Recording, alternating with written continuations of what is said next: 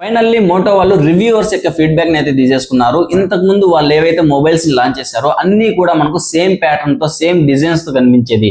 Like మీరు camera section చూసుకుంటే 4 camera sections లాగా సేమ్ డిజైన్ సేమ్ ప్యాటర్న్ ఉండేది. అండ్ బ్యాక్ సైడ్ వచ్చేసి లెదర్ ఫినిషింగ్ తో తీసుకునే వాళ్ళు. అండ్ డిస్ప్లే వచ్చేసి కర్వ్ డిస్ప్లే అనేది తీసుకుని వచ్చారు. But for the first time reviewers feedback అనేది తీసుకుని ఇవన్నీ చేంజ్ చేసి కొత్తగా అయితే తీసుకుని వచ్చారు. అండ్ మ్యాక్స్ సిరీస్ అనేది కొత్తగా స్టార్ట్ చేశారు. అండ్ వీటితో పాటు స్పెసిఫికేషన్స్ కూడా చాలా బాగున్నాయి. Snapdragon 8 Gen 5 processor which is good అన్నమాట. మీరు గేమ్స్ ఆడుకోవడానికి కూడా చాలా perfect mobile.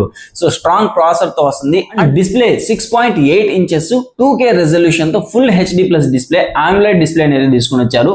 Corning Gorilla Glass 7 I protection layer తో వస్తుంది. ఈ మొబైల్ లో ఎక్కువగా హైలైట్ చేసింది అండ్ నాకు చాలా బాగా నచ్చింది మ్యాగ్నెటిక్ UI 2.2 ని తీసుకొని రావడం. సేమ్ ఇలాంటి ఫీచర్ మనకు ఐఫోన్స్ లో దొరుకుతుంది. బట్ మీరు ఆ ఫీచర్ ని యూజ్ చేసుకోవాలనుకుంటే బ్యాక్ కేసు సపరేట్ గా మీరు పర్చేస్ చేయాలి. బట్ ఈ మొబైల్ లో మాత్రం మోటో వాళ్ళు కేస్ తో సంబంధం లేకుండా డైరెక్ట్ గా ఆ మ్యాగ్నెటిక్ UI 2.2 నే లోపల ఇన్బిల్ట్ అనేది చేశారు. నువ్వు కేస్ అనేది అవసరం లేదు. డైరెక్ట్ మీరు స్పీకర్స్ కానివ్వండి లేదా ఛార్జింగ్ కానివ్వండి బ్యాక్ సైడ్ డైరెక్ట్ గా అటాచ్ చేయొచ్చు. విచ్ ఇస్ రియల్లీ గుడ్ అనమాట.